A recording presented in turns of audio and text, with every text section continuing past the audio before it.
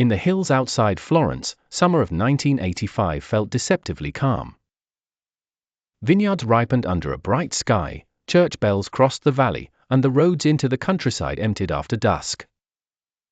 But the quiet carried a fear that had already taken root in the region, a fear that locals only whispered about and outsiders called by a single name: the monster. Inspector Elena Rinaldi arrived from Rome with a folder of old reports and a reputation for refusing easy answers. She was precise, patient, and disliked legends disguised as evidence.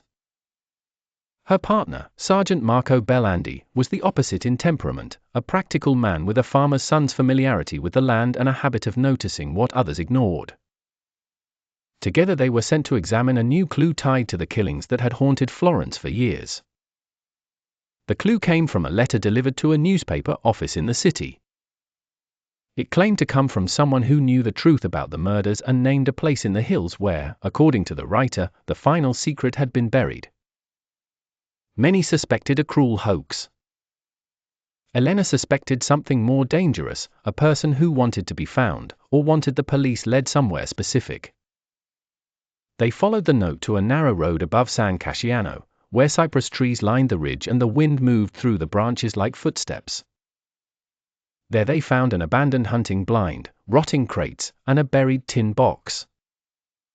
Inside were photographs of crime scenes, newspaper clippings, and a map marked with red circles. At first glance it looked like the records of a killer. Then Elena noticed that several circles overlapped with roads, tiny villages, and an old quarry owned by a private security contractor.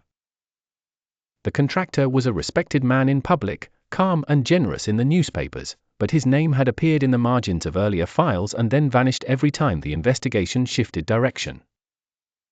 Marco discovered that he had supplied equipment to local hunting groups and had access to remote land where vehicles could come and go unseen. The pattern was no longer only about a madman in the dark. It was about access, silence, and the ease with which fear could be used to hide other crimes.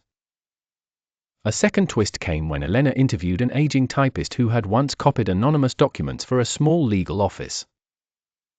The typist remembered that one bundle of papers had been rewritten more than once, each version changing the facts just enough to confuse dates, witnesses, and locations. Someone with discipline had been shaping the public story. The monster was not disappearing because he was clever alone.